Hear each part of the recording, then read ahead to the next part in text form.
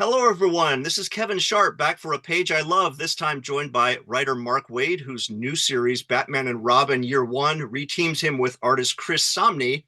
Mark, I believe you've been part of the virtual comic art convention before, so I'll say welcome back to the channel and Thank happy you. to have you here. Same. I'm glad to be here, and I hope all's well on your end. When we agreed to do this, I know that you're somebody who's kind of seen the sausage factory from the perspective of a publisher, editorial, a writer, not to mention the rogues gallery slash murderer's row of talent you've worked with as a writer.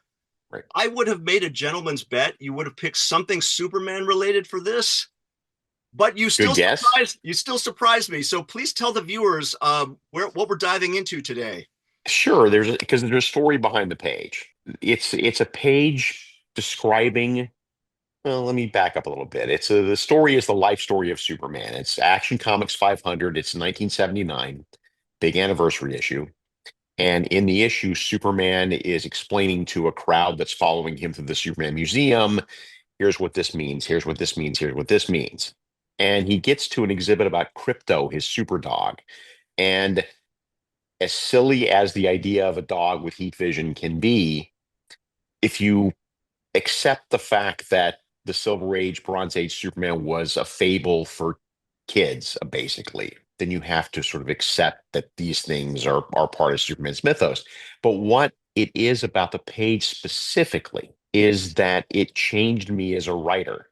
It it really gave me a whole new perspective on things because the page describes from Superman's point of view what it was like as a lonely boy with powers and abilities far beyond those of mortal men, but had no others around him even remotely like him. The loneliness of that, and his dog arriving from Krypton by accident, by fluke, changed everything for him because suddenly he has someone to share these abilities with. And there's just dialogue in that page about how, he's finally able to be with someone who can understand what the wind feels like when it hits your face when you're flying through the air, or the sound that bullets make when they bounce off living flesh, which is a great line of dialogue. From that, from Marty Pasco, who wrote that, I learned that the secret to doing what I do and the secret to writing superheroes and characters in general is to get inside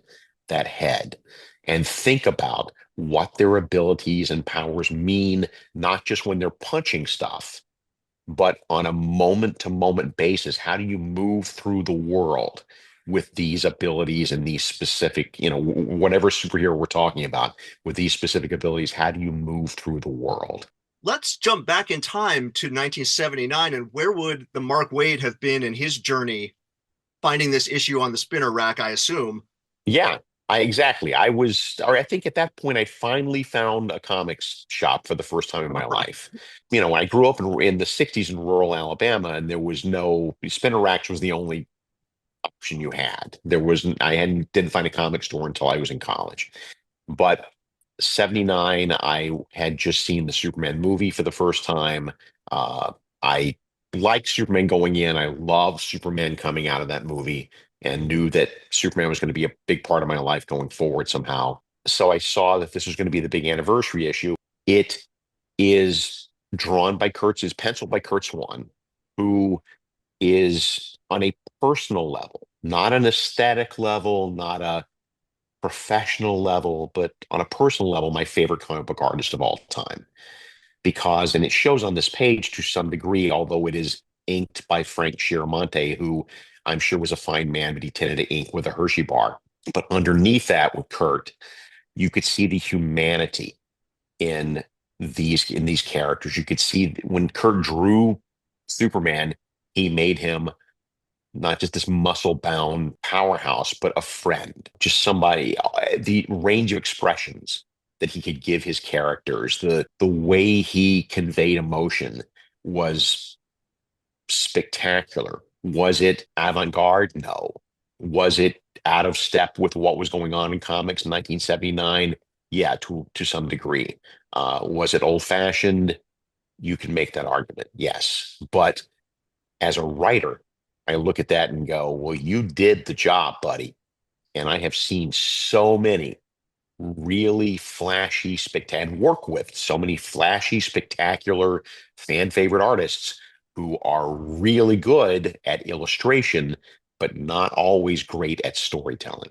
When you look at this page now, as the writer with so many years in comics under your belt, removing the nostalgia to the degree that we Mhm. can, what jumps out at you about this page today? On a physical level, it's just the way that Kurt moves the camera in and out. It's the way that he manages to include so much detail without actually, or detail, so many elements, if you will, without going overboard with detail. The way he leaves room for copy, God bless him, which a lot of current artists just don't know how to do. It's the way the camera moves around the page. And I'm saying that not just from memory, but I'm looking at the actual drawn page across the room right now because as luck would have it, many, many, many years later on eBay on a fluke, I found that page and had to have it. And now it hangs proudly on my wall where I can see it every day from my work chair and be reminded of what I learned from that page. Just to twist the knife a little, do you happen to remember how much you paid for this on eBay?